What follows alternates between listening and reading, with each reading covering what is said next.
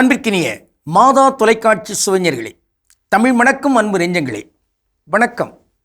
திரிகடுகத்தில் இணைந்திருக்கும் உங்கள் ஒவ்வொருவருக்கும் நன்றியின் வாழ்த்துகள். இன்று திரிகடுகம் 58 நாம் இருக்கின்றோம். 3ஆம் கருத்தினை பார்த்து நிறைவு செய்யவிருக்கின்றோம். இளவரசனின் செயல்கள். பழமையை நோக்கி அழித்தல், கிழமையால் கேளிர் உவப்பத் தழுவுதல், கேளிராய் துன்னிய சொல்லால் இனம் திரட்டல், இம்மூன்றும் மன்னர்க்கு இளையான் தொழில். திரிகடுகம் 58. இன்று 3ஆம் கருத்து, உறவினராய் ஆகும்படி சொற்களை சொல்லுதல். உறவினர்களை திரட்டுதல், பெருக்குதல், அதிகப்படுத்துதல் என்கிற அந்த செயலை செய்கிறவராகவும் ஓர் இளவரசன் இருக்க வேண்டும். அப்படிப்பட்டவர் இளவரசர் என்கின்ற பெயரையும் பெறுகிறவராக இருக்கின்றார். ஆக பழைய நட்பு, பழைய உறவு, அவர்களுக்கு ஒரு பாதிப்பென்றால் அவர்களை தாங்கி பிடித்து அவர்களை காப்பாற்ற வேண்டும். இங்கு அன்பின் மிகுதியினால் அந்த உறவுகளை அவர்கள் மகிழுமாறு அரவணைக்க வேண்டும். அதோடு இங்கு சொல்லப்பட்டிருக்கிற இந்த 3ஆம் கருத்து, இனிய சொற்களால், நல்ல செயல்களால், நல் எண்ணத்தால் இங்கு உறவுகளை பெருக்க வேண்டும் என்கின்ற அந்த ஒரு செய்தி. வள்ளுவர் இவ்வாறு ஒரு குறளினை பதிவு செய்கிறார். அகனமர்ந்து ஈதலின் நன்றே முகனமர்ந்து இன்சொல நாகப் பெறின். அதாவது விருந்தோம்பல் தான் பெரு உயரிய ஒரு சிறப்பான கடமை, அதிலும் சிறப்பாக இல்லறத்தில் இருக்கிறவர்களுக்கு.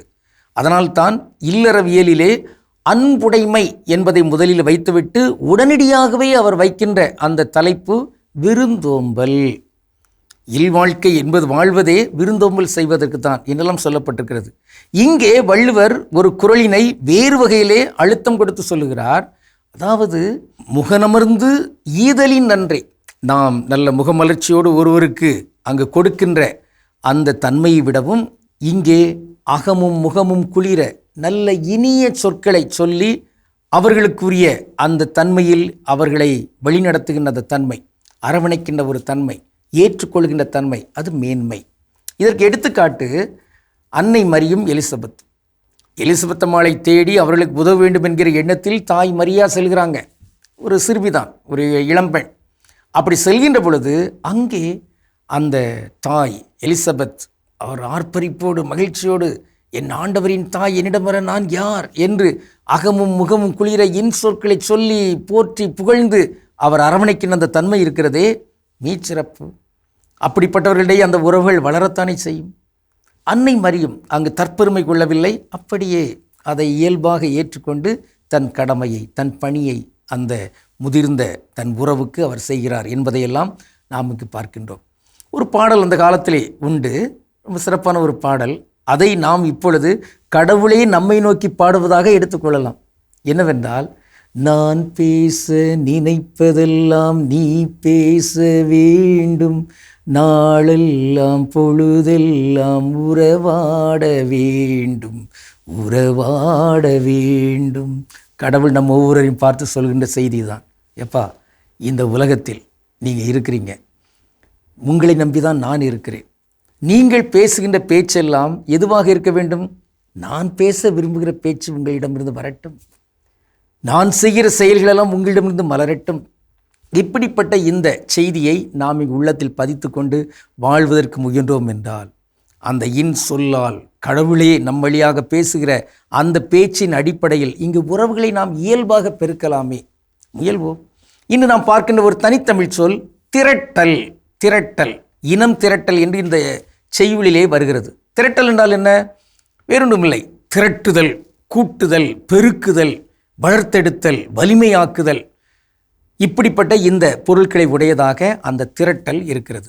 நாம் பார்க்கிறோம், அடிக்கடி பயன்படுத்துகிற ஒரு செய்தி இந்த நன்கொடை தொடர்பாகவெல்லாம் வசூலித்தல் என்று வரும். நன்கொடை வசூலித்தல், அது தமிழ் அல்ல, வசூலித்தல் தமிழ் அல்ல, மாறாக அதுக்கு என்ன சொல்லலாம்? தண்டல் செய்தல். தண்டல், தண்டுதல், தண்டல் செய்தல் என்பது தனித்தமிழ் சொல். ஆனால் இது வசூலித்தல், அது சமற்கிருதம். இங்கே திரட்டல் அருமையான ஒரு தனித்தமிழ் சொல். இங்கு நாம் நட்பை திரட்டுவோம், இறையாட்சிக்குரிய அந்த பணியாளர்களை திரட்டுவோம், இங்கு கடவுளுக்குரிய அந்த விழுமியங்களையெல்லாம் திரட்டி வளர்த்தெடுப்போம். என்றெல்லாம் நாம் உறுதியேற்றுக்கொண்டு கடவுள் விரும்புகிற அந்த இளவரசர்களாக நம்மை இங்கு படைத்திருக்கிறார். இங்கு இளவரசன்களாக இளவரசிகளாக படைத்திருக்கிறார். அந்த இளவரசன் செய்ய வேண்டிய இந்த கடமைகளாக இந்த உறவுகளை வளர்த்தெடுத்தல், காப்பாற்றுதல், இன்னும் பெருக்குதல், துணை நிற்றல், அரவணைத்தல் என்கிற இந்த செயல்பாடுகளை நாம் செய்து கடவுளுக்கு உரிய சிறந்த உறவினராக நாம் வாழ்வோம், முயல்வோம். கடவுளுக்கு திருவிழமானால் மீண்டும் நாளை திரிகடுகத்தில் இணைந்து மகிழ்வோம். நன்றி, வணக்கம்.